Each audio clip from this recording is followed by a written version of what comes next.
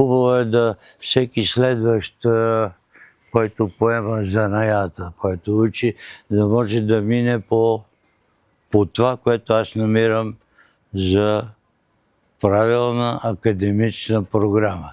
Академичната програма се състои от един дял науки, които най-трудно и най-не може да се стигне до изкуство чрез последната наука, наречена естетика и не знам какво, и философия.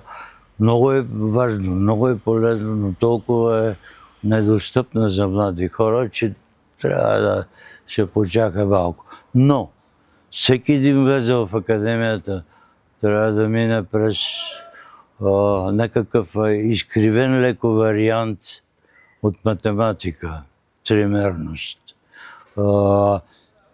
Какво представляват системи, 3D системи, на какво се подчиняват, кое идва отгоре, за да свърши работа.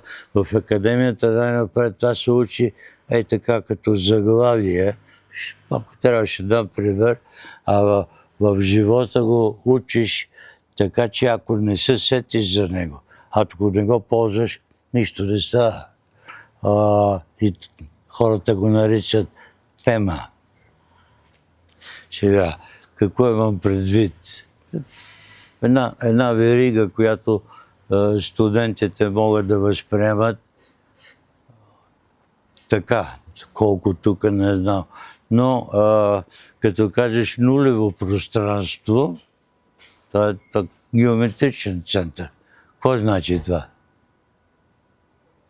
Точка. И каквото и да правиш отгоре, нулевото пространство си има своите загони и ти си вързан в него. Не ти върши в даден момент, не ти върши, трябва да учиш. По-нататък, ако точката тръгне,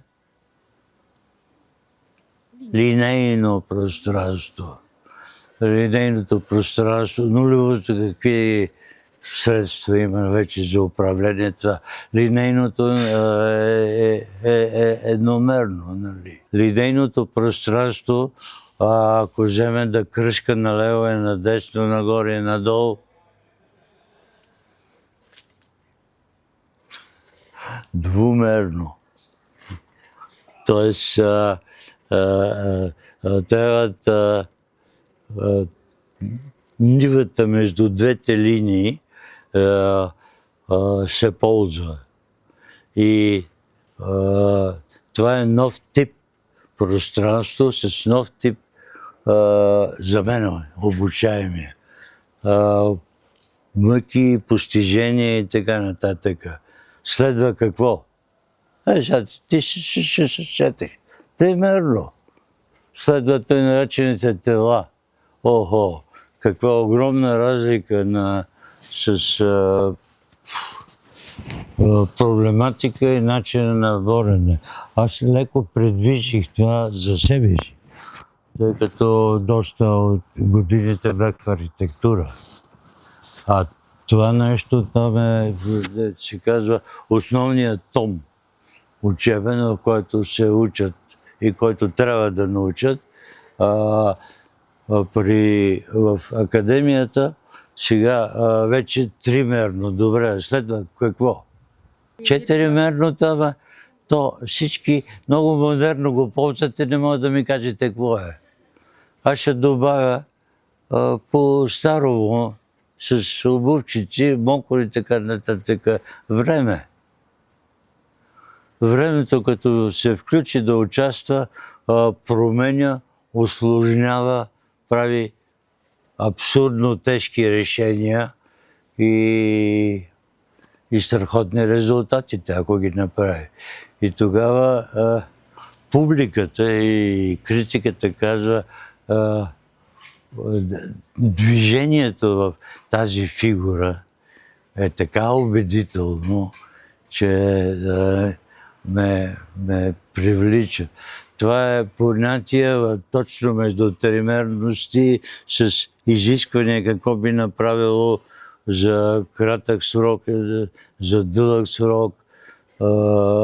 И стават едни сложноти, за да се стигне пак науката, която е най-горе. Естетика.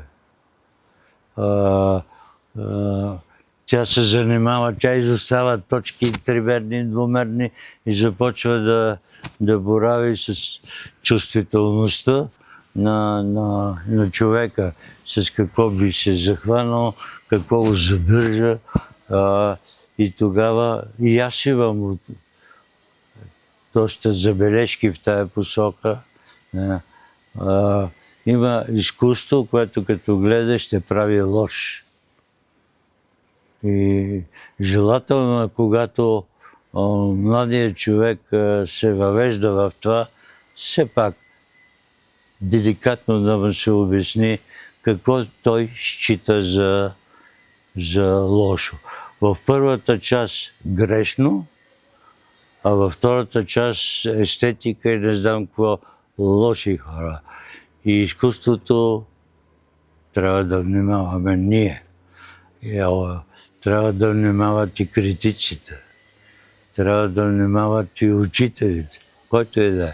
Тъй като лошото изкуство произвежда материал, на който трябва да се внимава и да обществото да се пази от това. Който мине правилно висшето образование и известно време го храни майка му, да не знам кой. Тоест, това, което прави, което ще го повлече, да не стои в основата му с хонорар.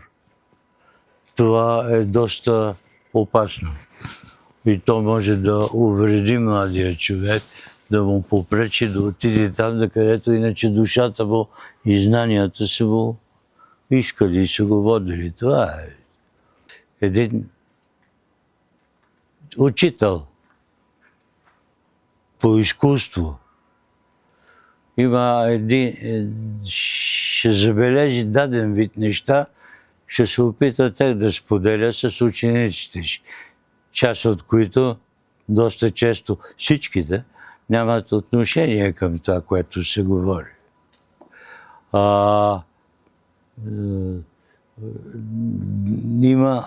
Има след това, аз споменах за това, в академията има задължителни, според мен, 4 години, в които обучаемия е длъжен да разбере какво му казва да учи и как се практикува това нещо.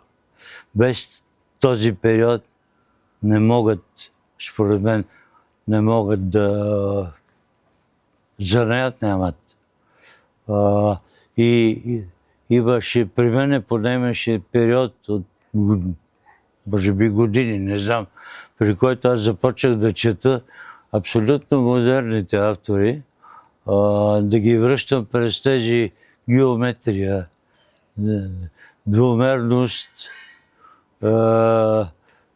тримерност, която той дефинира чрез двумерна геометрия и такива едни работи, които се оказа, че не е много лесно.